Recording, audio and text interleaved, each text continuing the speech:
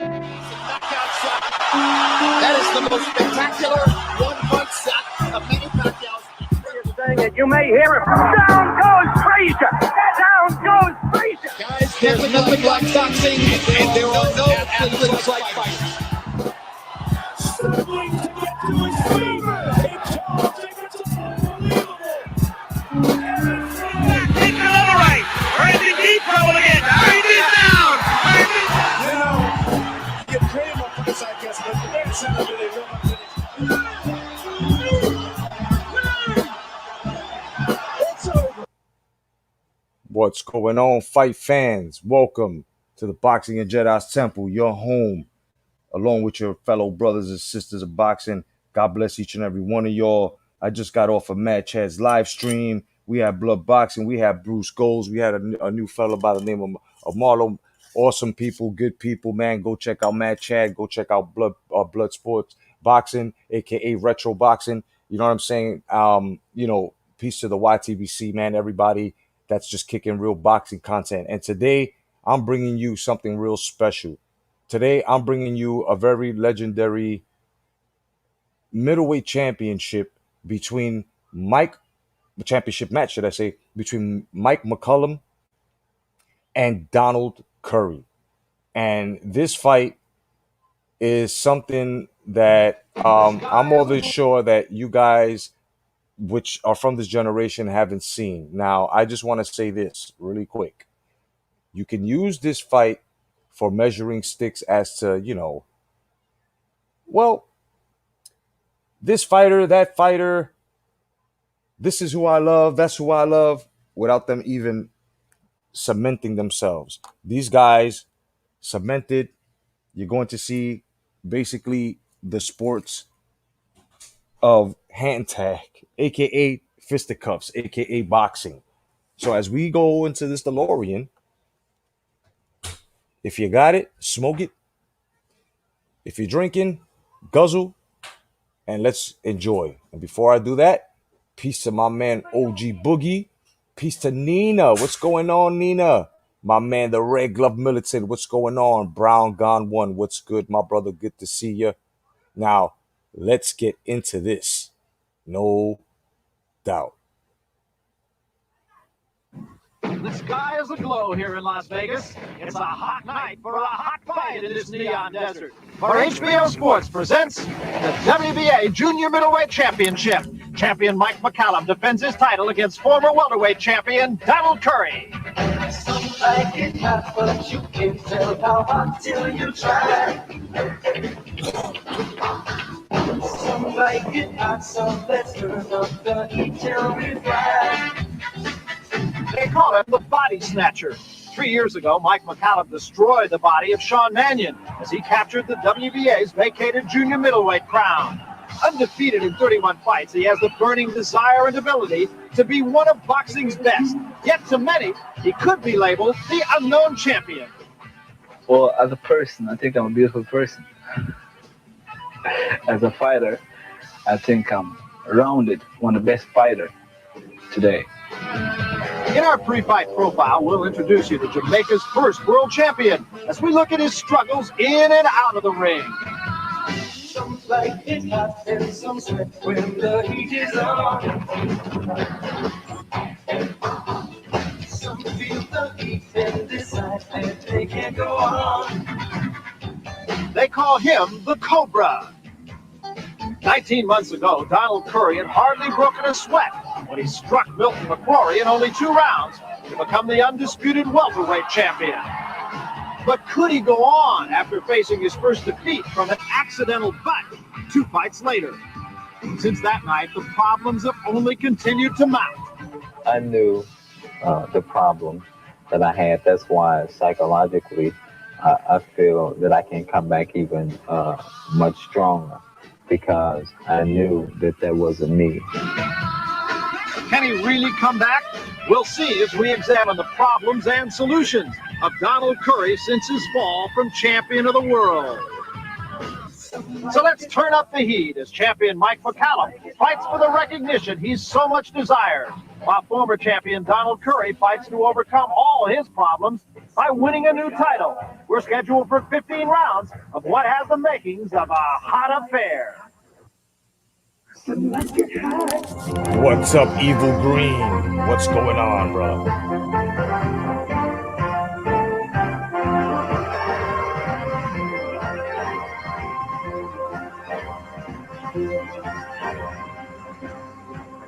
Welcome to Archives of Boxing.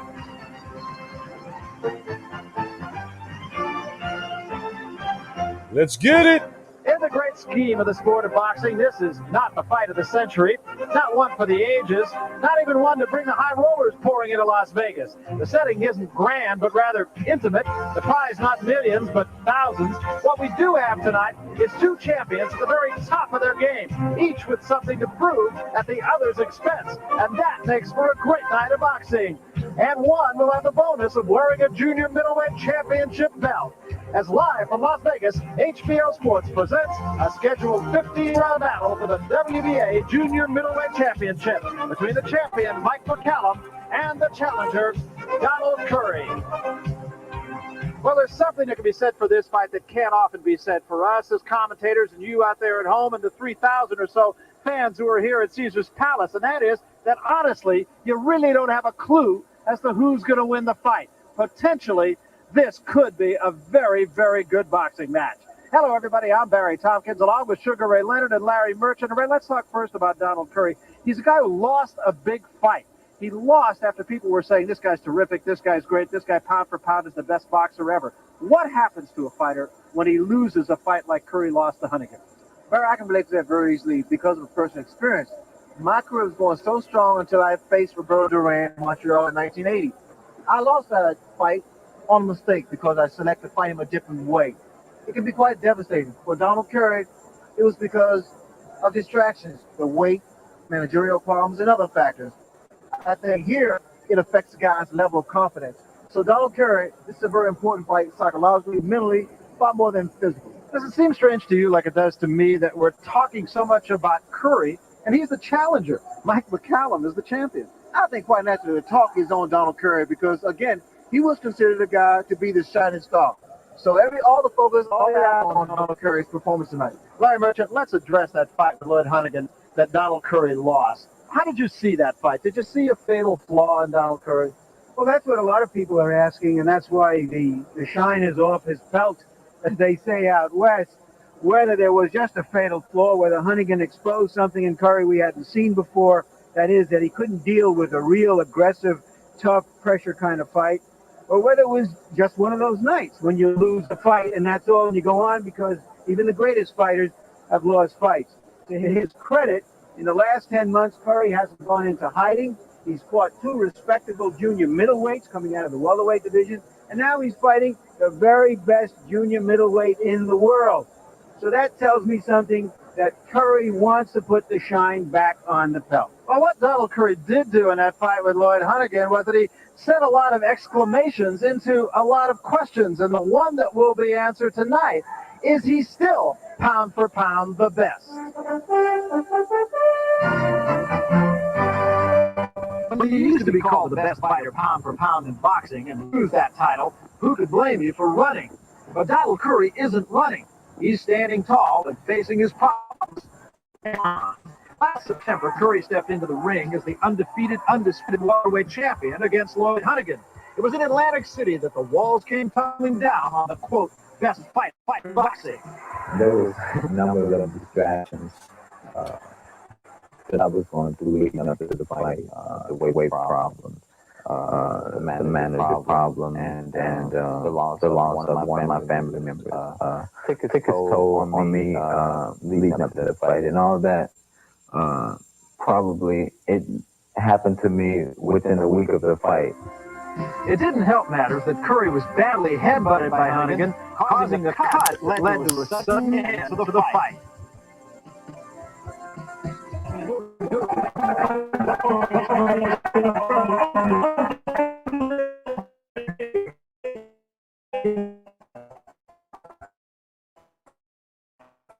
Knowledge the three factors which led to a sudden decline. Problems with headbutts. Weight problems. Managerial problem. First, the headbutts. The butt that gave Curry was the first in a bizarre series. Curry's next fight, former sparring partner Tony Montgomery gave Curry a few bumps himself. Apparently desperate after losing the first 4 rounds, Montgomery intentionally butted Curry and was disqualified. Furious, Curry retaliated after the fight. Next was former IBF welterweight champion Carlos Santos. After a fierce battle, he too butted Curry. I guess Montgomery and Santos went back in the Hunnigan fight. He used the Montgomery fight and seen that, that Montgomery was doing that. And unconsciously, he didn't go in the ring planning to do that. He went in the ring planning to win when he didn't see that he was going to win, and he was taking the type of punishment that he did. The headbutts. With his trainer Paul Reyes, Curry is now devising a new strategy which involves more head movement and less fighting flat-footed in the middle of the ring. Curry's second problem was his weight. Struggling to make the 147-pound limit against Hunnigan, Curry had to lose 11 pounds the week before the fight. He did, but lost pressure. Also, Curry's weight difficulties could be tied to his butting problem. Moving. Curry lost some punching power, and instead of being knocked out, his opponents were able to resort to desperate measures. I'll look the box now because as a junior middleweight, I'm hitting a bigger guy and putting on extra pounds. So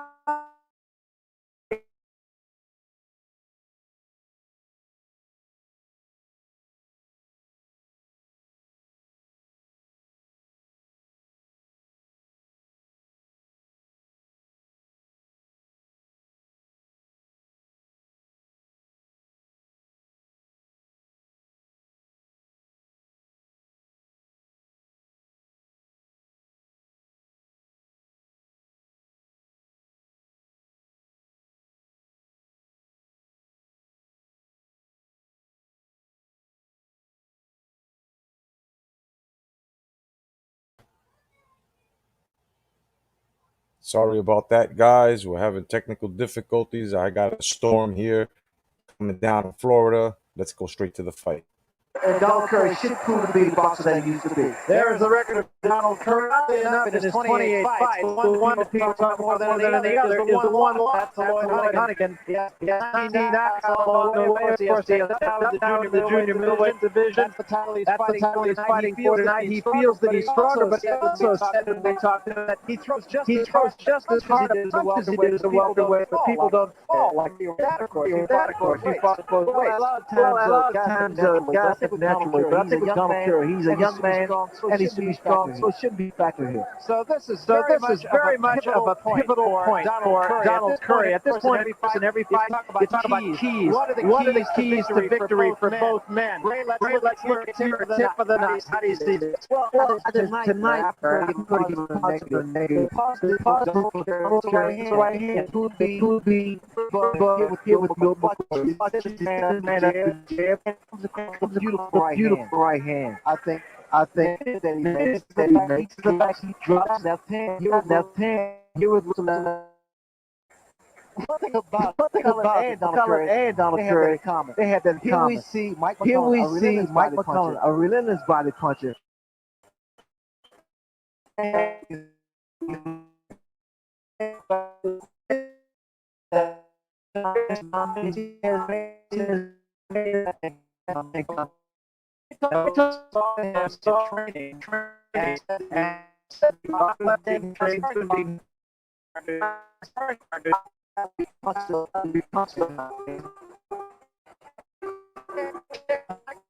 Mike McCallum being very calm. Mike McCallum figures this is his moment in the sun. When we talked to him yesterday, he said, I lost my Caesar's Palace. I saw my name up in lights. He said, I've been waiting for that opportunity for a long time. In fact, he said, I watch your fights on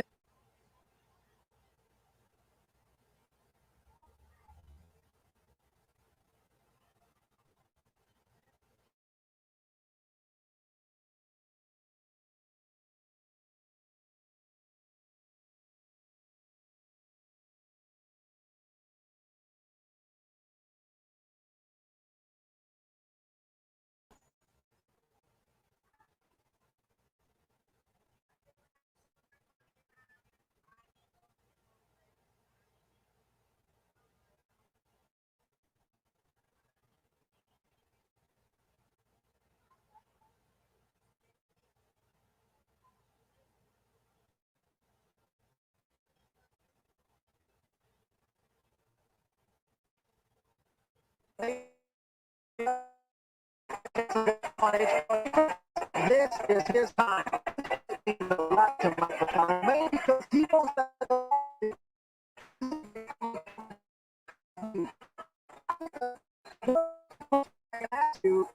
is how good is Mike McCallum?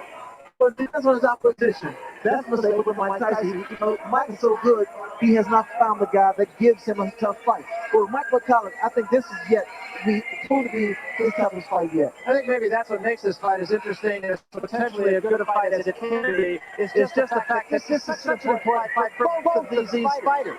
And for both of them, they may be facing the best fighter they faced before, which gives you the unknown factor. Without Curry is the best fighter McCallum ever fought.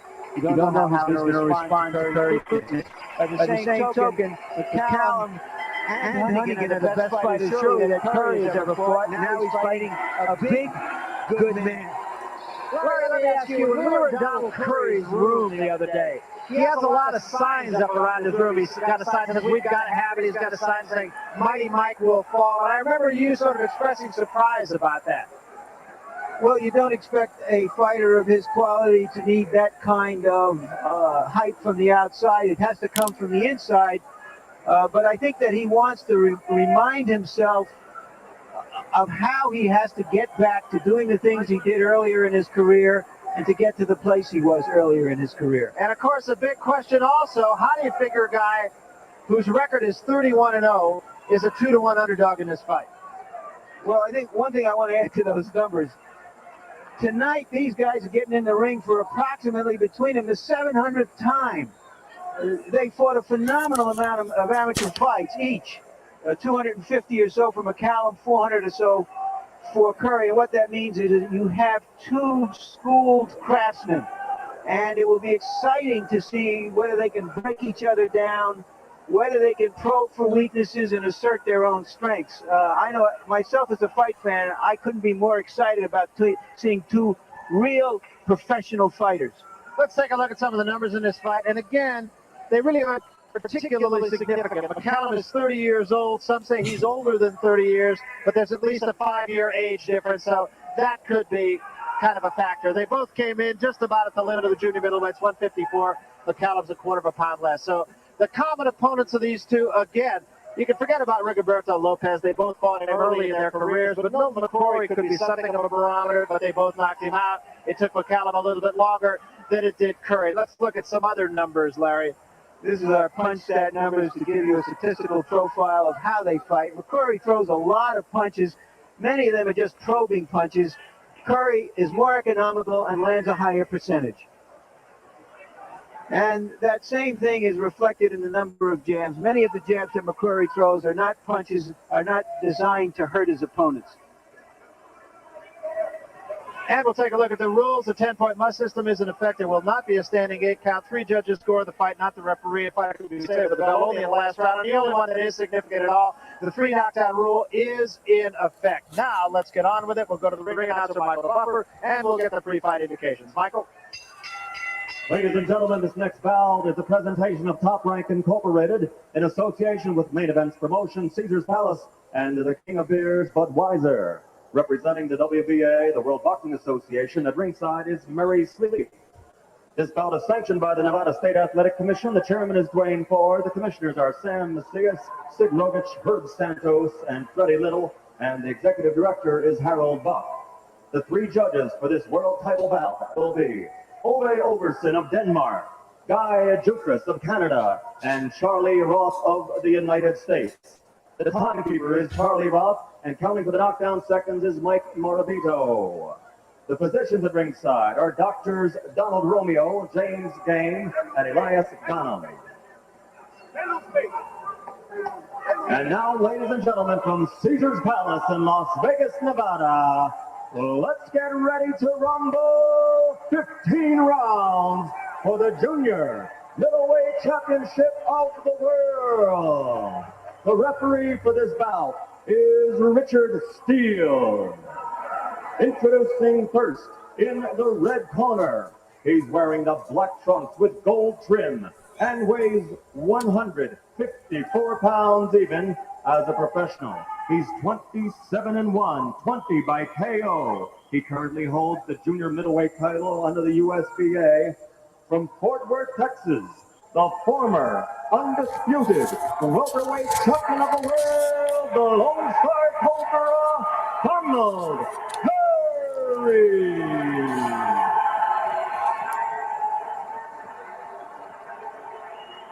And in the blue corner, wearing the gold trunks with black and green trim, weighing in this morning at 153 3/4 pounds, he is undefeated as a professional, 31 in a row, 28 by knockout. He's held a world title longer than any active champion today. This is his 6th defense. Ladies and gentlemen, the junior middleweight champion of the world, Mike the Body Snatcher McCallum.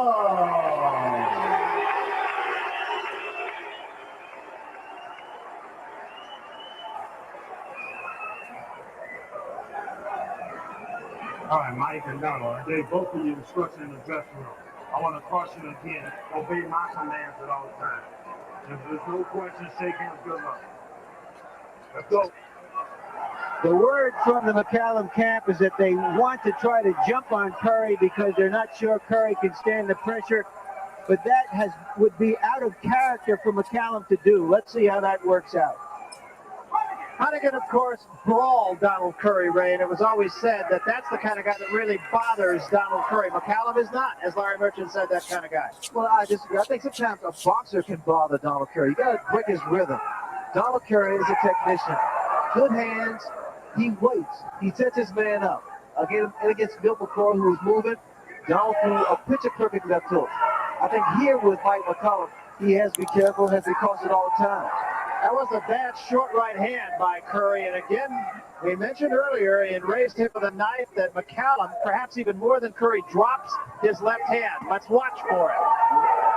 I think a punch that probably would work against Mike McCallum is the left hook of Donald Curry. It is a short and very powerful punch. And I think Mike McCallum has to be very careful about dropping that right hand.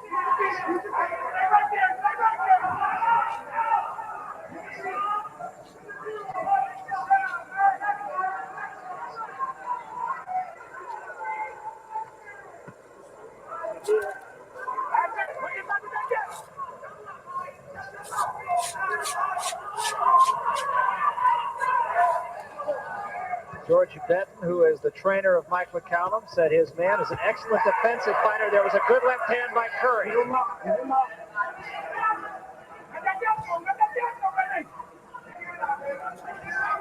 Donald Curry seems to be quite relaxed here, very, very comfortable.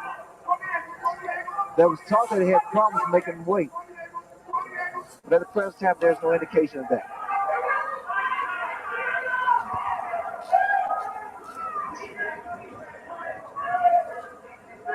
We need to see more jabs by Mike McCallum. And what I mean more jabs, I mean up and down. And McCallum draws a warning from Richard Steele to keep his punches up. He is a body puncher, ergo the name the Body Snatcher. He really hammered Julian Jackson to the body before putting him away in the second round. Short left hand by McCallum.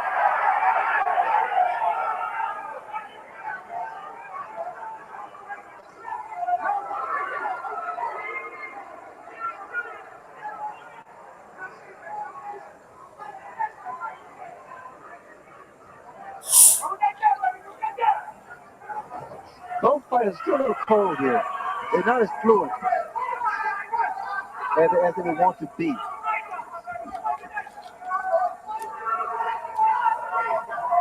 Again, you see what happens here. Both fighters again start to lead with the heads.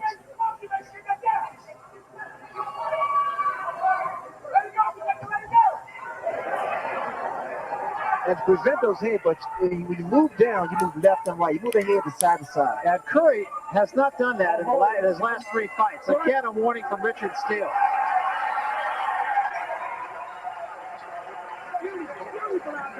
That was a feel-out round. I felt that Curry was trying to throw the bigger stuff. Look, you feel the pressure there. He feels that pressure. You understand? Now keep that pressure right on him. Then he can't get off as quick because you got him moving, right? Now look. There you saw McCallum going to the body, but neither punch landing clearly. But the left hook that followed up did. In and out, baby. Go in, you score 3-4 shots, move out on angle. In and out on angle. Moving good, in and out. Like y'all been working on angles, in and out, no more foot movement. What you're seeing again is two craftsmen. You don't have a Mike Tyson or an Arnold Schwarzenegger in here. You just got two fellas who really know what this game is about, and they're trying to figure out which one of them has advantages and disadvantages, and probing for weaknesses at this point. And again, we can't talk enough about the fact that in Curry's last 3 fights, butts were a deciding factor in his loss to Huntington and in his 2 wins over Montgomery and Santos. And in the first round today, Ray, he is doing the same thing. Well, I didn't expect that, but again, we've witnessed that in the first round that Donald Curry is coming in with his head. McCallum also does the same thing here, but it's also inadvertently.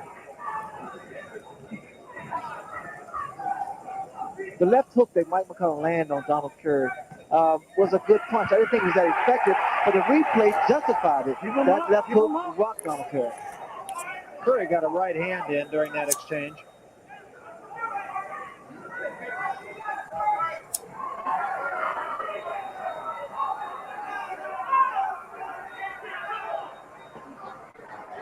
What I like about Donald Curry, he doesn't waste anything.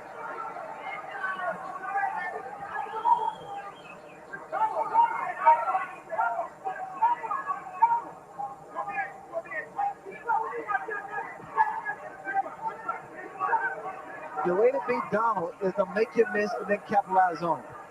You can't stand directly in front of Donald. And of course, McCallum's style historically is to be right in front of his man. Exactly. He's giving a lot of head movement. You know, the other thing is that both of these fighters have made their careers on being good, solid counter punchers. And when you get 2 counter punchers in the ring, somebody's got to go another way. Oh, for sure. But I think here we find that both guys are being quite tactical and waiting for the other guy to make a mistake. Donald wants to go. Both fighters want to get that left hook off. They're not concentrating so much on their right hand. It's been with the right hand there by McCallum, but it's been the left hook. Both have been effective, and a combination by McCallum. And an uppercut by McCallum. Donald's trying to ride with the left hook, but his time is off. He's not really riding with it. Don't push. See, inside Mike is really a master. Oh, a big right hand by Curry. That was a solid right hand. Beautiful. And it buckled the knees of Mike McCallum. McCallum has never been down. McCallum's still not steady. Donald needs to take advantage of this. Although time is a factor here. Less than 10 seconds. It's a solid right hand back.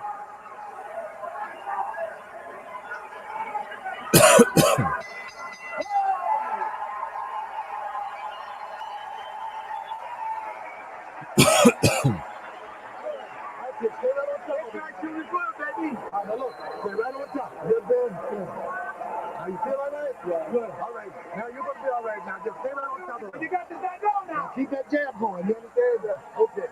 Mike, will you work anymore? Let's take a look and see how Curry set this up. A good right hand, and McCallum had to do everything he could to keep himself off the canvas. One thing that's pretty obvious here is that Curry has become the aggressor. Although there are 2 counter punches, as Barry pointed out before, it's Curry who is trying to make something happen. And watch the left hand drop of Mike McCallum. Unfortunately for Curry, Ray, that was about the only thing he did in that whole round. And he never did capitalize on it. We may see a different thing this 3rd round here. Well, Ray, the thing that you pointed out, the left hand of McCallum's that has dropped throughout his career at least cost him that 1 punch and a near knockdown. And there was another right hand. I'm surprised it's the corner by McCallum. Didn't tell him to bring that left hand up. Bring it back to its place. Just keep an eye on McCallum's left hand. Watch where he keeps it. See, Donald is plotting. He's getting in closer. It's like a peep show. He gets in, looks for an opening, and then he drops the right hand.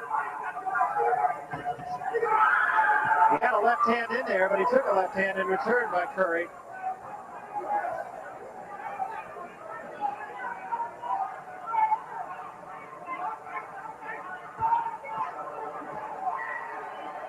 Curry now scoring Nice slip. as well as with that right hand. He moved right out that uppercut, bro. That shit was nice.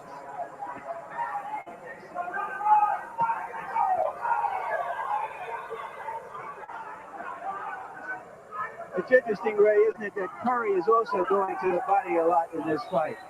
Well, I think that he found out that to bring the hands down with Mike McCallum, those body shots prove to be effective. Another right hand over the left of McCallum. Curry's punch is a lot smoother, more fluid, whereas that Mike McCallum, I don't know, he just seems to be more lethargic. I don't see the snap behind his punches. Oh, good. Not my clean. Don't spinning, don't spinning.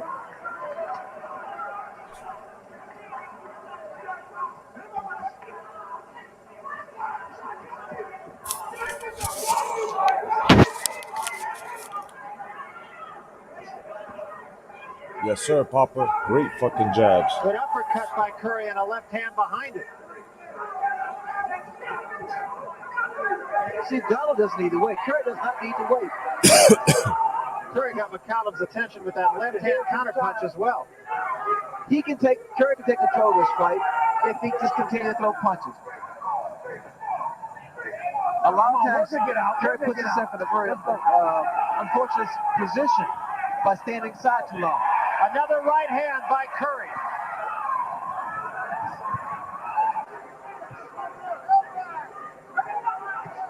Where does a fighter just start to get in bad habits like McCallum's dropping their left and just not change them? I tell you, but I believe in biometrics sometimes. Sometimes you just don't feel up to it. It's like the Monday morning blues. But you just can't have those things in boxing.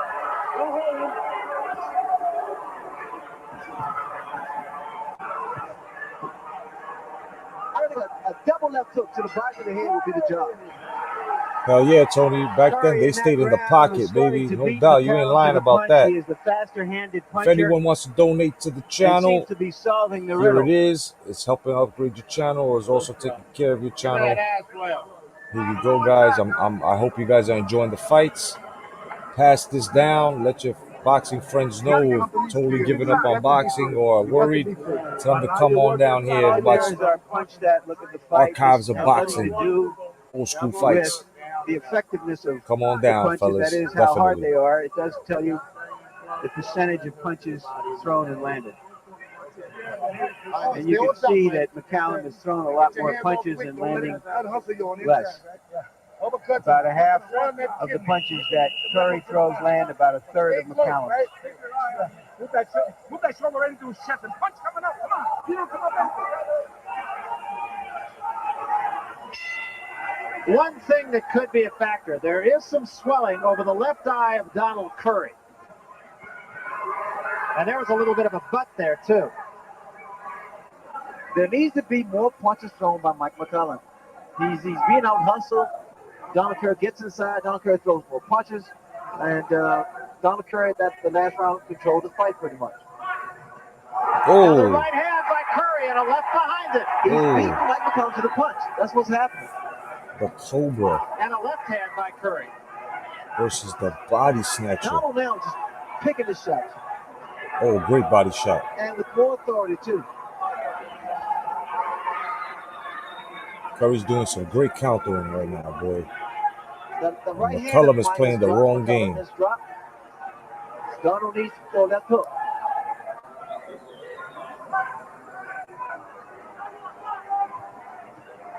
Oh, beautiful. By Curry. McCallum almost seems confused by Curry. Well, as long as Donald Curry's finishing with the left hook or some other punch, he's going to land.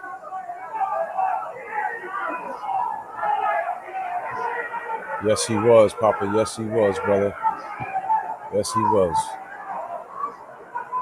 Bad mistake on Donald Curry's part. He put both feet together, he can get knocked down. Here's a good example of it. Both feet are together. He's off balance here. All McCallum has to do is push him backwards. Oh, All right, Brett, step back. Don't hit. oh, late hit. Whoa. It was Richard Steele looking like Oscar de Leon. Look at the left hand of Mike McCallum. Again, it's down. And there, I tell you, Barrett, there is no zap get out and Mike McCallum's punches. Punch it, get out. Come on, you guys. Let's go.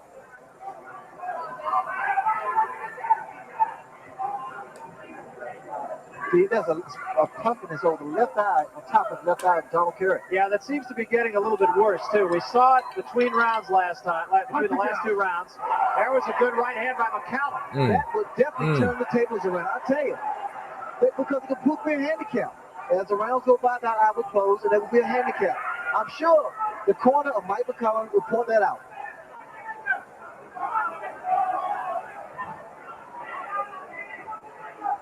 Come on, punch it, get out. Don't hold it down.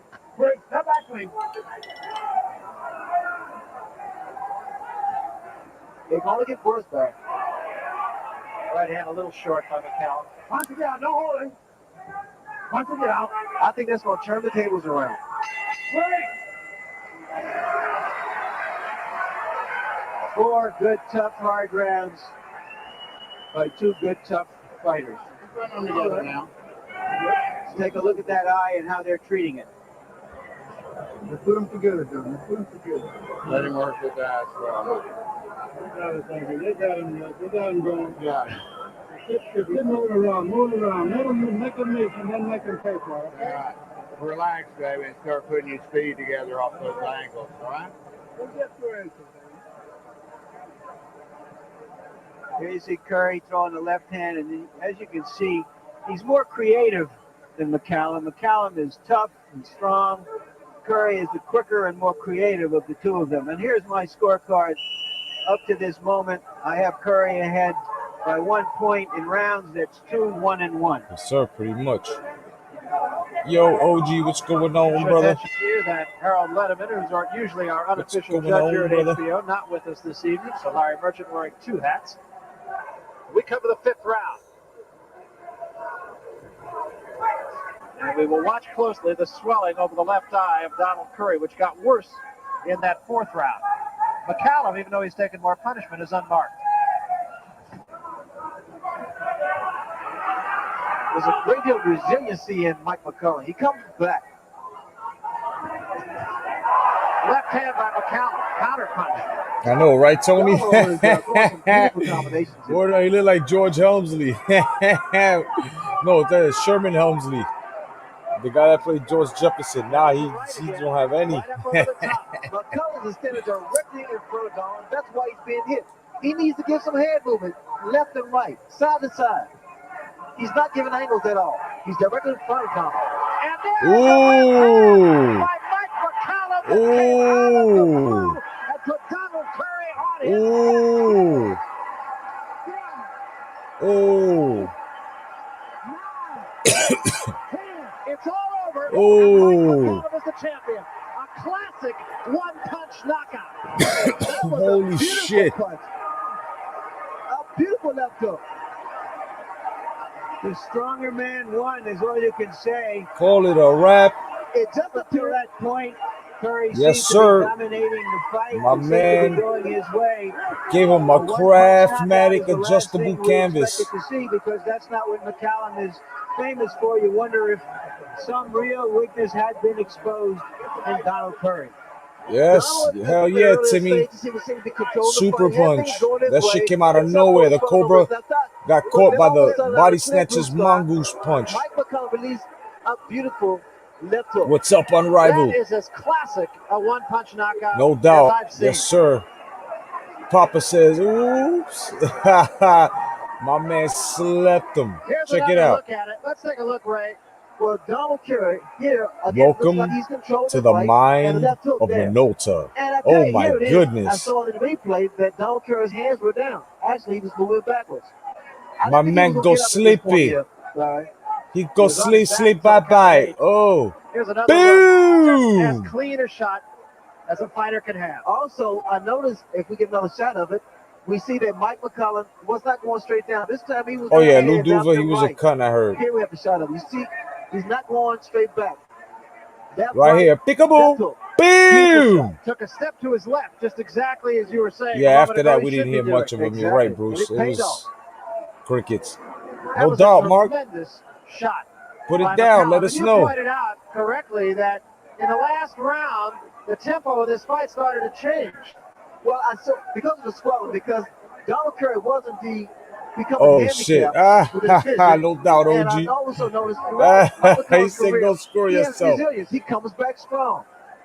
But I don't think no one Oh expected him to get a yeah. one-punch knockout. Oh yeah. You guys just stay tuned. And I No will one dig into the can describe archives the and feeling throw that's this going through this fight man's on mind right Mike McCallum. He now. is so thrilled, so ecstatic. No doubt. I will definitely throw it on right And we after. will take a look at the Stay final tuned. numbers in this fight from our punch stat Matt, statistics. But there's what's really only going on, one Mr. number that's Matt really Cedillo? important. In fact, only one Or punch that's Cedillo, really important. should I say? What's McCallum going threw on, brother? 282 punches, landed Says only superior 31%, skills, but Curry's 50%. just more subtle. Yep. But in the end, it was only the 282nd punch that McCallum threw that Yes, really ma'am. mattered at all. Right now, let's Yes, go up to ma'am, the no ring doubt. announcer, Michael Buffer. We will get the official decision. Michael? Ladies and gentlemen, here's the official time. Yeah, you're 1 absolutely minute, right, Papa. 14 seconds of the 5th round. The winner of his 6th straight title defense, still junior middleweight champion of the world, Mike McCallum. No doubt, everybody. No doubt, we've got a little request in which is going to be the bonus feature today for Archives of Boxing. And you can thank your man, our brother, Mark Unrivaled, for that one, or for this one that's about to come on down. It's a request, and it's a damn good fight. Yeah, it's awesome. We're gonna have Aaron Davies versus Mark Breland,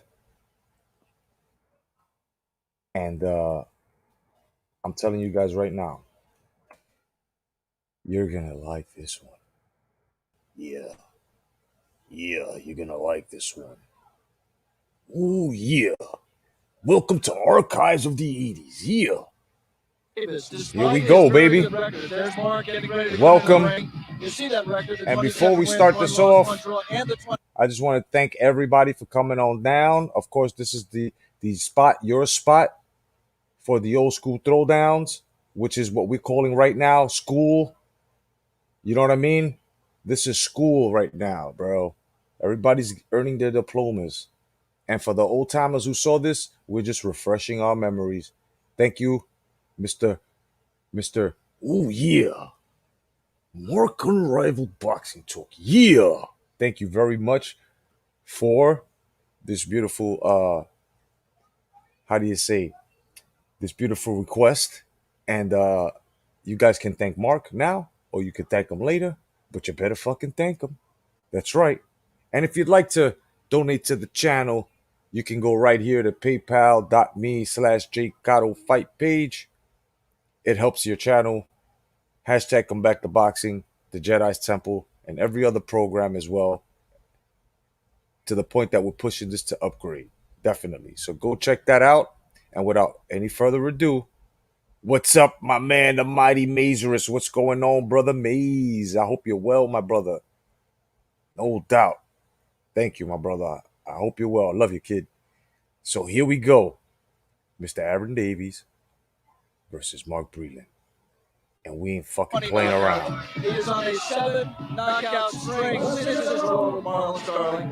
The point I'm trying to make is, if Mark can hit you, he can knock you out. And Aaron Davis, who's in the ring, has not shown the defensive skills to be able to avoid the punches of Mark Breland.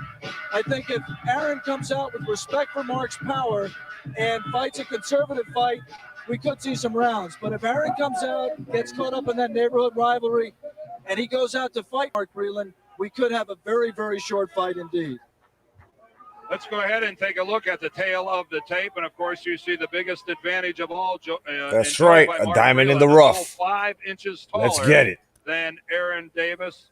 Breland, 4 years the senior. The WBA rules are in effect. Scoring will be on our 10-point must system. As it was in the last fight, the 3 knockdown rule is in effect. The standing 8 is not. A fighter cannot be saved by the bell except in the final round, and only the referee can stop the bout. The referee is a veteran. There's Mills Lane, who's refereed many a championship bout, and the 3 scoring judges are Patricia Jarman, Larry Rosadilla, and Doug Tucker. You know, Mills Lane is running for judge here. He's the district attorney here in Reno, and he's running.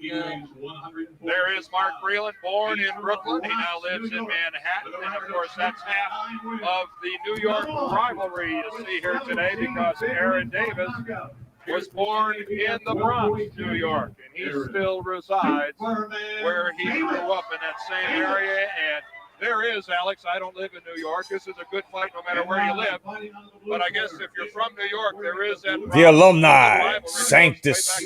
What's going on, brother? Yeah, I really don't think that is. Good to have your back, brother. Good to have your back. Building these things up. I think these two kids are serious about their dislike for each other. 1 draw and 20. There is Mark Breland, the Olympic gold medalist, one of the great amateur careers in the history of amateur boxing. Welterweight champion of the world. We are in Reno, Nevada, at Harrah's Casino, and Mark Breland. Alex, interesting that these 2 New York fighters came all the way to Nevada to make this fight. Yeah, it seems like a natural for New York, but there was no the Madison Square Garden and the Felt Forum being renovated. All the casinos. Let's get it on. So we find ourselves out on the West Coast. The final instructions were given to the fighters by Mills Lane. Joe Ferriello, the trainer of Mark Breland, tells his man some final little tidbits, and we are ready to go. Live for the WBA Welterweight Championship, Mark Breland and Aaron Davis. And you can't miss Davis with the red and blue sequin trunks. Must have raided Hector Camacho's closet to find those trunks. Another fighter trained by Aaron's trainer, Billy Giles. The jab, bro, the jab. Breland with one of the most unusual bodies in boxing. You saw the left that scored, and there came Davis with a left hook that landed. That's right, and that the huge physical advantages that Mark has, you know, dictate the fact that the most important thing for his opponent is to find a way to get inside. Aaron Davis has openly and with great delight questioned the heart of Mark Breland. He says this man has no heart, and I will expose that in Reno. That's talk really comes easy on Tuesday or Wednesdays, but on a Sunday afternoon, a little tougher to back up. Mark not doing much yet.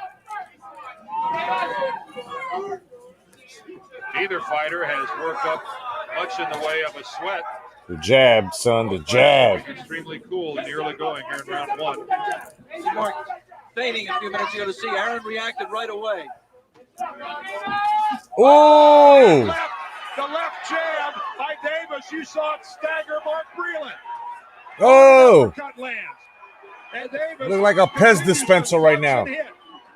And Mills Lane trying hard to break the 2. Come on, what's your problem? Still hurt. Said break your break. And he got a few extra seconds from Mills there. Boy, it was a stiff left hand by Aaron Davis. But it was just a jab. A hard jab, but just a jab. And you saw it just buckle the knees of Mark Breland, who still looks shaky. Absolutely. Mark Breland doing not much of anything here. A minute left in the first round, and already Breland in trouble. There's Billy Giles, the manager and trainer of Aaron Davis. Boy, you'd have to think that he couldn't have choreographed a better start than this for his man. And Mark Breland, his legs just aren't there. He just doesn't have his legs under him. Aaron Aaron Davis swinging wildly. You can tell that he's on the scent, that he's going for the one punch that'll end it. My man Mark Breeden looking like Big Daddy Kane, son, with boxing gloves on. Come, get some, you little bum. Oh, good uppercut that time. I take the kick, but you can't get a crumb from. Mark Breland just thrown into the ring by Aaron Davis. That will not be a knockdown. Man, look like Big Daddy Kane, son, back in the day. Big round. Oh! By Aaron Davis. And not a very auspicious beginning for Mark Breland. Bill Slane had to do a yeoman's job of keeping these two fighters away from each other. They were both in the middle of the ring with 10 seconds left. During their break, he had to separate them 3 times. Boy, another good jab by Aaron Davis scores. And again, Mark Breland takes a left right on the chin, and you saw it buckle his leg. And again, Alex shades of Marlon Starling. He's hanging on. But he just does not recover from that first jab. Well, the legs went again here, and we are only in the beginning of the second round. Mark Breland with a dazed look on his face. The best flurry of the fight by Mark Breland. Aaron Davis looks a little bit tired right now. And Joe Ferriello looks concerned beyond belief. That's what we should be. Dan, I want to be honest about one thing. My man said he's eating his left like he's starving. No. Aaron Davis being the winner. I knew what you meant. Oh, shit. You're an honest man, though, Alex. I might take credit for it if it would end. Aaron Davis is tired right now. Oh, there was a wild right that missed by Breland, but he followed it up with a left that scored. Mark Breland can get his legs That's back right. under him. That's true, Tony. Punches, especially to the body So of true. Aaron Davis. He could inflict some of that damage that he's already taken from Aaron. If you're a Breland follower and rooter, though, Alex, it wasn't much of the left here in the second round that buckled his knees again. Didn't take much of a shot to the chin to wobble him again. Now, Mark has to be aware of that left hook. Can't get careless, but Aaron Davis is really tired. I mean, his legs are gone. This fight looked like the pencil versus the eraser, dog. Oh, another good stiff jab by Davis. It looks like the left eye of Mark Breland is starting to swell. Boy, there's a wild right by Davis that lands. We'll have to watch the left eye of Mark Breland. And that left jab of Breland's, Alex, is nothing but a clawing jab at that. Yeah, Mark's legs do seem to be back a little bit. His head seems a little bit clearer, Dan. The problem is that it just doesn't take that much to get him in trouble, as we've already seen on 2 occasions. Oh, and Mark Breland is bleeding from the mouth. That jab sir. of Davis exposed some blood. Mark Breland bleeding a bit from the mouth. A lot has happened, and this just the end of the second round. Wow. Ding, Let's get ding. on in round number 3. That's what both fighters said is, again, they were out early. Joe Ferriello told Mark Breland in between rounds, much better, Mark, much better. That's the way to get it back under control. Again, though, the best punch of the second round was another jab to the chin of Breland that buckled his legs again.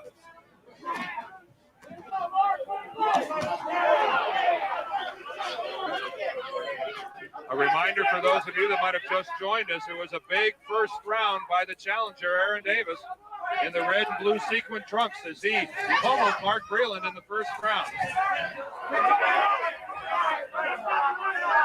Mark trying to line up the right hand. You do well to listen to Joey Ferriello in his corner. Use a stiff jab to set it up. Mark Breland, some puffing around the left eye and also bleeding, not profusely, but noticeably from the mouth.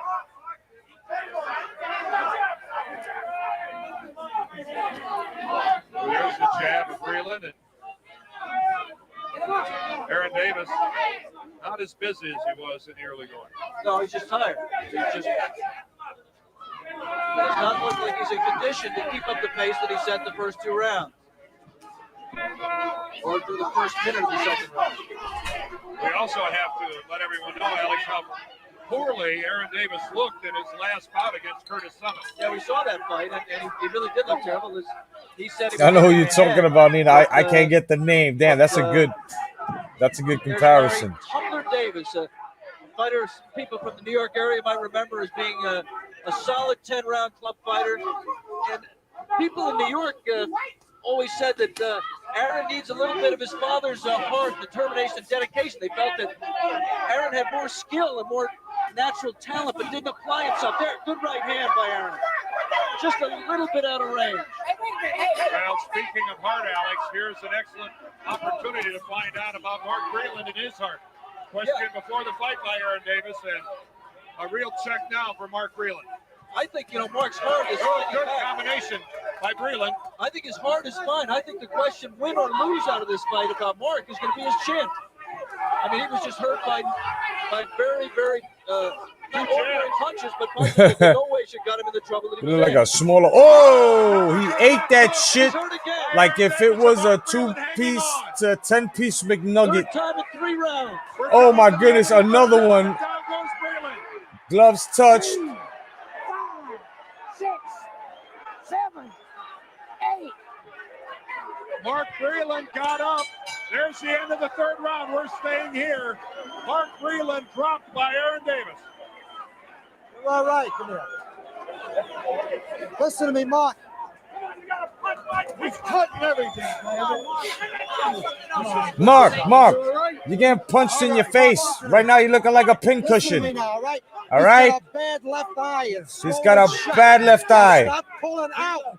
Stay with the jab. Stay right there. Don't pull out. Get it pregnant. Remember, in the future, you're going to train Wilder. And then the left after it. And he's going to say he wants to get pregnant, so don't pull out. Behind it by Aaron Davis had Mark Breland hanging on. If you haven't subscribed, please do. Stop the pulling out. And stiff jab. There we go, Paul Costa. All right, there we go. There's the cuff, and there's the left to put him down. Or, I'm sorry, had him hurt and hanging on. Well, the bell sounded to end the third round before Mark Breland had to get back and engage Aaron Davis. Here we go in the fourth. Schlitz Malt Liquor, professional boxing, and very much up for grabs here. My man just took him down, UFC style. And right then, Aaron Davis is up for grabs. Mark is grabbing him, trying to take some time off the clock, trying to get his senses back. I like the way I tied all that together. Again, the jabs from Aaron Davis. We should point out that Aaron Davis's right eye is in big trouble also from those jabs by Mark Breland. You heard Joe Ferriello tell Mark Breland, quit pulling out, quit pulling out. That's when you're getting caught. Mills Lane decides to take a look and sends Aaron Davis over to the ring doctor. You're looking at a cut along the right eye of Aaron Davis. Underneath the eye, look at the swelling. Doctor asked Aaron if he could see. Aaron said, yeah. I think I might be tempted to lie about it, even if I couldn't, Dan, if I had a chance to win a world championship. No, but if my eye was starting to swell like that, I'd shift gears. I wouldn't plan on winning a 12-round decision. Now, wait a minute, Mark Breland. You touched it up. Mark Breland's face is a mess right. right now. His nose is busted up. He's bleeding from the mouth. This is by far the worst beating No doubt, Matt. ever taken, including the I got you, brother. And Aaron Davis isn't looking so hot himself. No, he's in danger because his right eye is almost gone. But you can see the gloves of Breland are coming down.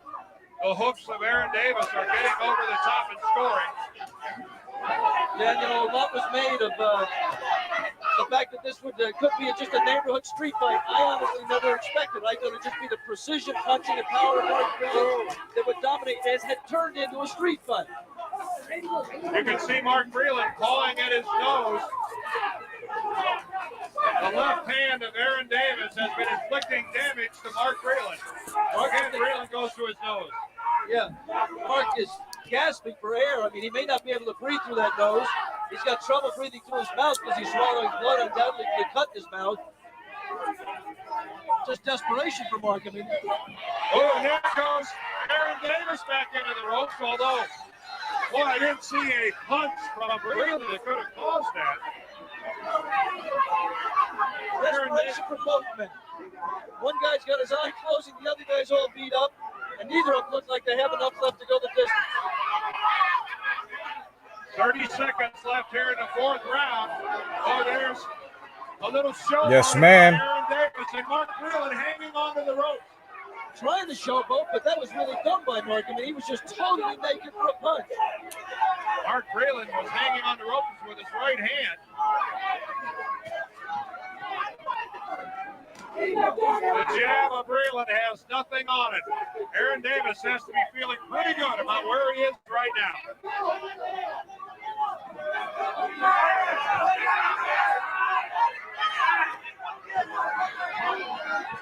Time left on the clock. My man look like Dennis Rodman right there. Look at Dennis Rodman. Aaron Davis. We have now begun in the fifth round. We were away longer than normal there, but you can see the swelling, Alex. That is a horrible swelling under the eye. The worst thing about it was, Dan, that the people in the corner of Aaron Davis had no time to put the end swell on that because they're working on a cut above the eye. That is the type of swelling that will close the eye and close the eye quickly. Good combination by Mark Breland. And now I got you. I got you, Timmy. Reacts to just to that type of an injury. And lost in all this is the fact that on my scorecard, Dan, I've got Aaron winning all four of the first 4 rounds. Hard to believe this fight could go the distance. Now, if you are going to have an eye swell against Mark Breland, better the right eye so you can keep your left open and see that big right hand coming. That's right, especially since Mark's jab has not been that effective. But I mean, it's been effective enough to bust the eye out. So. But I know what you're saying. I mean, we should say one other thing. Joey Fariello and Shelly Finkel, Mark Breland's management, always insist on Reyes gloves because they feel that it enables Mark. They're considered puncher's gloves, and they also enable Mark to bust up the opponent. He certainly has busted up Aaron Davis, but also Aaron Davis's Reyes 8 ounces haven't done a bad job on Mark. And still, Alex, Mark Breland's legs just don't look good. He's not moving well. He's stumbling over his own feet. And he still seems available for that left hand. Must keep his right hand up and must not pull his head straight back from punches. We're in the fifth round. This bout is scheduled for 12 here from Perez and Reno. 1 minute 15 left in the fifth, Alex. Mark Breland pawing again at his nose. It has started to bleed again. He actually looked pretty good. They did a good job of getting it together cosmetically in the corner, but he's bleeding again from both the nose and the mouth. Now Aaron Davis is swelling on his eye, at least during the course of this round, does not appear to have gotten worse. He can still see out of the eye. Yeah, but Dan, if I were Aaron Davis, I would be letting it all hang out because the doctor can stop this fight at any time. Aaron has to just go for broke. He's hurt Mark correctly every round. You have to seriously doubt that there's any way that eye is going to permit him to make 12 rounds. Yeah, and I just don't think he can protect it. Oh, there's a stiff jab from Breland right on the eye. You can see the blood now coming out of the mouth of Mark Breland. I said the doctor would stop the fight, Dan. Under WBA rules, only the referee can stop it, but under the advice of the doctor, and as you saw, Mills has consulted the doctor a couple of times. I mean, Mills Lane is the type of referee. If the doctor tells him to stop the fight, it's over. There are too many referees who go below the doctor. These two fighters are hell yeah, Mark. quite a For real, bro. Shit is nuts. They deserve a break, and they're about to get it here. This is the end of the fifth.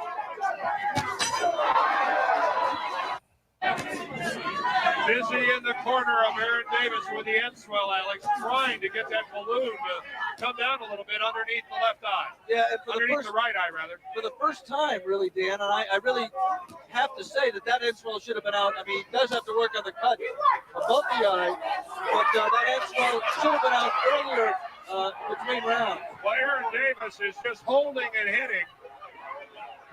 Held with the right, took 3 shots with the left before Mills Lane was able to separate the fighters. When the cut man asked for the end swell, Billy Giles, the trainer, and another second in the corner, said he didn't have it, and they had to look for it in between rounds. They wasted 30 seconds. It is a balloon under the right eye of Aaron Davis. Yeah, we're not even halfway in this fight, and both men look like they fought 30 rounds. Not just in terms of the punishment. Timeout again. Now the referee's going to look at It's Breland. true. Not sending Aaron Davis over to the doctor. He was just directing Mark to the neutral corner. The ring doctor again looking at that eye. The doctor allows the fight to go on. And now you might see some of the desperation from Davis. Aaron Davis has to realize that that eye isn't going to allow him to go. And he picks Wild up the pace. fucking swings, bro. Missing badly Gotta take with it the easy. left hook.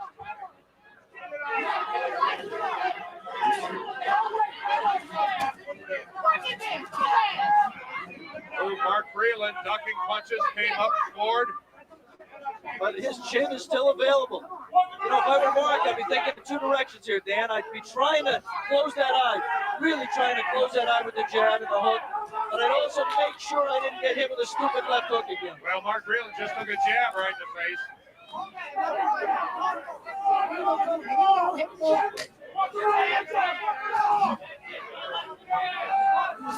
We'd like to remind our local ABC stations that at the end of this round, we're going to be taking a station break. Well, well, from what I see, the reason why Davies' eyes is like that is basically you've got an excellent referee. You've got Mark Breland doing a beautiful job boxing on the outside. At the same time, shouldn't be getting hit with such big shots like that, but that's what happens when you're poking, you know, and you're prodding.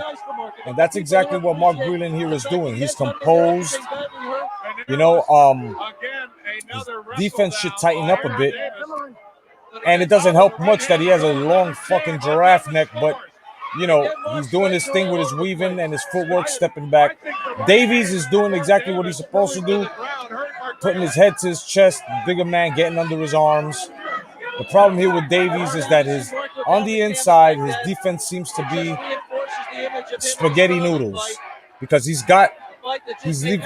too busy trying to hold Breland's arms together instead of having one tied and one just basically working.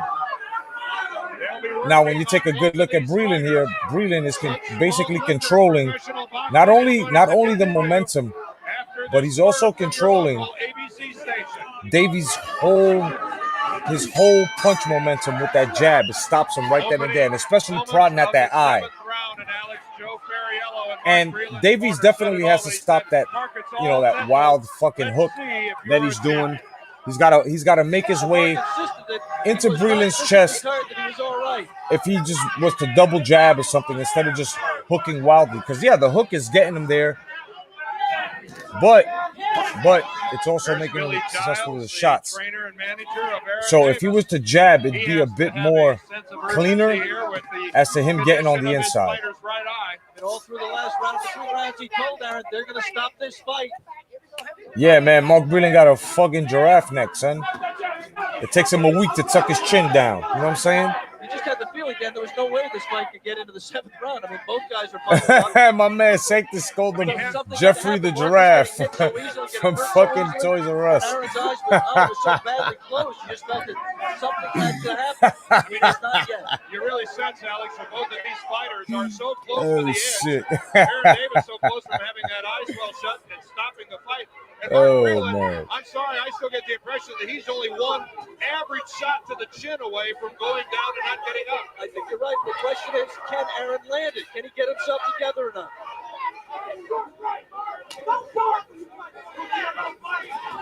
See, Mark is doing very, very good work with that. See, it looks like he's not doing anything, but then when you look at Davies, that jab is really fucking Davies up. Davies is very anxious. Golden Glove champions in New York City, and this is one of those rare fights where as much as these two talked going into the fight, see, the fight's even better than the talk. Now he's basically controlling Davies now. Davies is not so, he's not so, how do you say, he's not so, you know, punch hungry right now. And that it seems like the damage from the jabs are getting to him right now. Had Davies been jabbing his way in instead of hooking like that, making himself susceptible to shots, he'd have a much greater success rate. That hook is good for mid-range, Another reason why he may not be but he's using that as an entrance, and that's what's fucking him up. Against that left hook of Aaron Davis, it's had him hurt on a number of occasions. A strategy that Word up, Sanctus. He looking like Mitch Green Jr. right now.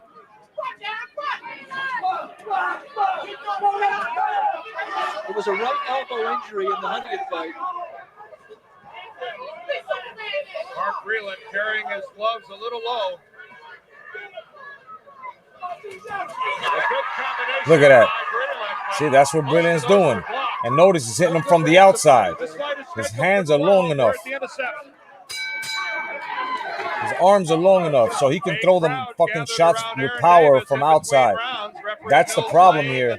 A lot of people sleep on long, lanky guys. Motherfuckers got powers. The swelling underneath the eye.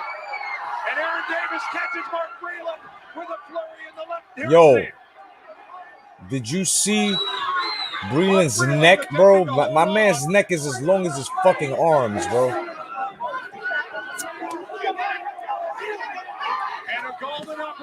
Man got rubberneck Breland, son. My man look like Dazzling with a fucking flat top. Yoga. Yoga.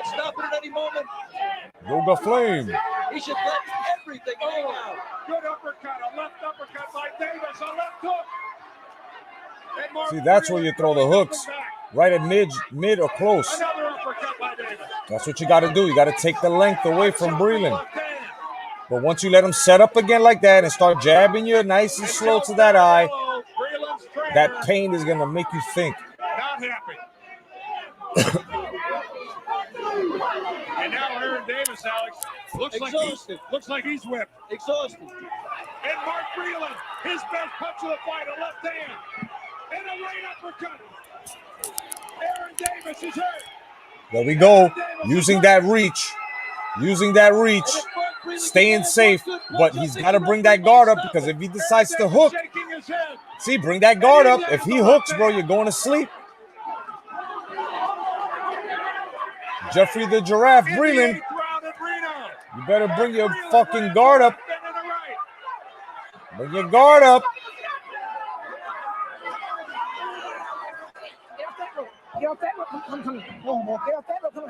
Come on, bring it up. Two men who've been criticized at times in their career for having no heart. They discovered that particular part of their anatomy here today, Dan, without question. And by each other, they've been criticized for having no heart. Well, I can only assume that there's a newfound respect between Mark Breland and Aaron Davis. Breland, bring your left up, bro. When you're releasing that right, bro. Mark took his. Let's see who finishes round 8 with the most. There he goes. Got him against the ropes. This is where he's going to use his fucking reach. There you go. Down, up. His midsection is wide open. Jab to the body. Make him bring his guard down and just fucking hook him with the right. There you go.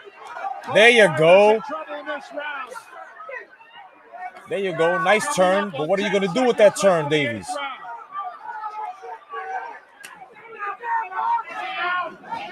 See, you see how he jabbed and he made a nice entrance for himself? That's what he needed to do in the beginning of this fight. Well, when he started running into trouble. But you want to be Captain Caveman with a hook. It is for Breland's WBA welterweight crown. That jab just opened up Mark's nose again. Wilder, you should be taking notes, you fucking being trained by an OnlyFans motherfucker. You Impala-legged wonder you. You got rid of Mark Breland. Look at the beautiful work Mark Breland's doing, son. To that corner in a few rounds and told Mills Lane it was okay.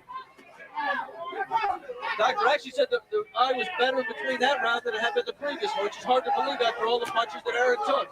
Well, the 8th round, Alex, was one of the best rounds of boxing I've seen in a while. Yeah, this year. One of the best we've seen this year, Dan. And Mark's glove, that left might have been the inswell. Look, Wilder. Look how you use your reach, Wilder. Oh, look at Mark's nose. Mark Breland you should have listened, Wilder. Oh, a good left to the body by Aaron Davis.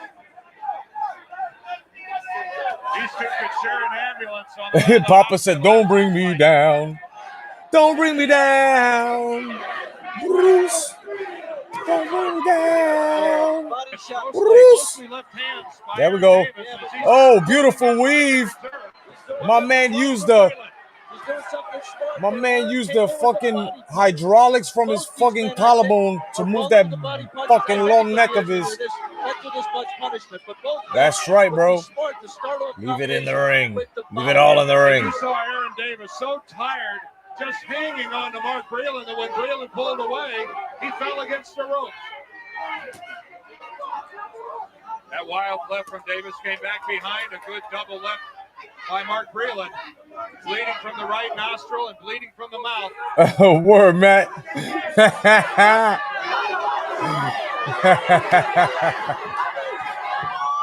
Aaron Davis clearly shaken by the condition of his right eye.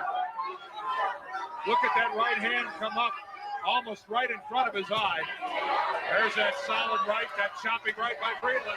Breland. Look, Wilder. Look how you bring your fucking. Look how you use. Look how you use your reach, Wilder. Left-handed fight now by Aaron Davis. You know what I'm saying? Lisa says impressive. That Davies still. Yep. He still can see his head. Yep. What his depth perception is out of the right eye, Dan. My man is like all types of Asians on that side. And boom! He walked right into the lobby of the Heartbreak Hotel, baby. Mark Breland will not get up. It's over. Walked right into that. Aaron Davis is the WBA welterweight champion. And Mark Breland is still on the deck. Walked right into the. Aaron Davis, exhausted, jubilant, and now his legs finally appear. Walked right into the the Heartbreak Hotel. And it saving seems like, yes, it seems like Aaron Davis now moves. Mark Breland got too comfortable. And he has a title belt.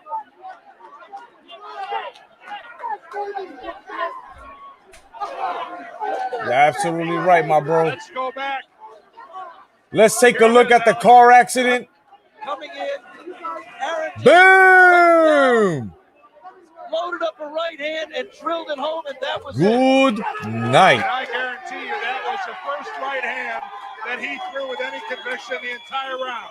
And Mark Breland walks right into it. Yo, my man's neck is so long And of course, that the as you base would of his expect, back of look his at Bill skull hit Niles. his fucking spine, dog. Waiting for the count. Holy shit. A feet first entrance into the ring.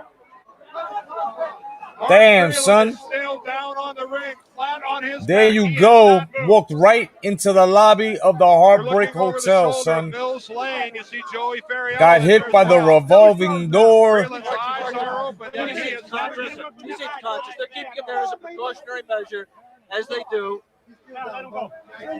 And of course, we all know Cutting his gloves off. that Mark Breland survived because he had to train the Impala-legged wonder, the excuse maker,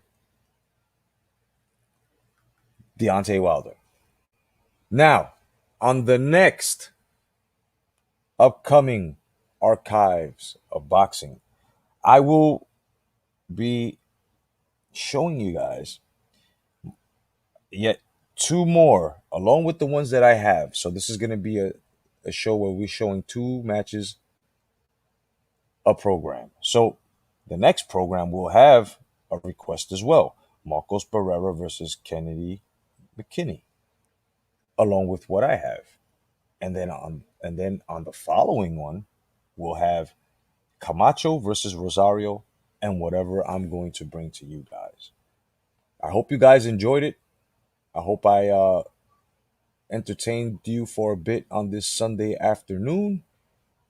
Wherever you are around the world, if it's raining, if you got good weather, enjoy it, man. Enjoy it.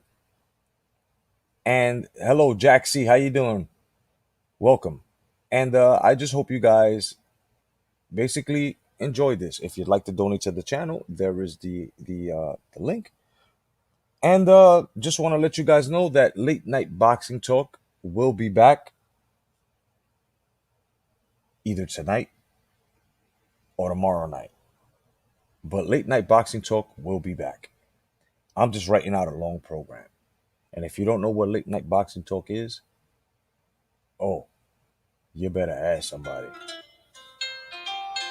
And I just also want to say that I'm very thankful for you guys. Very, very thankful. I really appreciate you guys, man. And you know, those that have been donating, you guys are great. Guys that follow me, you should be thanking these beautiful people, because these beautiful people are the ones that are holding this channel up, and that will bring basically the how do you say, the innovation and basically the new high-tech shit that's coming right around the corner. And I just want to basically leave you guys with the outro, because this is hashtag come back to boxing. So basically what I'm going to do is I'm going to leave you guys. My name is Jay Cotto, the Boxing Jedi. You guys have a great day. God bless. Stay vigilant. And of course, gain more knowledge in order to become more wiser. Yes, I will be back soon. Most definitely. God bless you guys. Peace.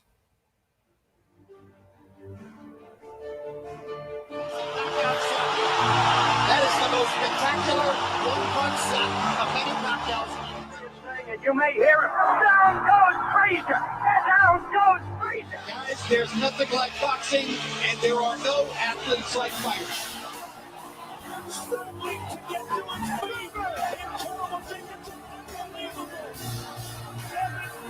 Makes another right. We're in deep trouble again. Frazier down. You know, you pray him a price, I guess, but the biggest son of it is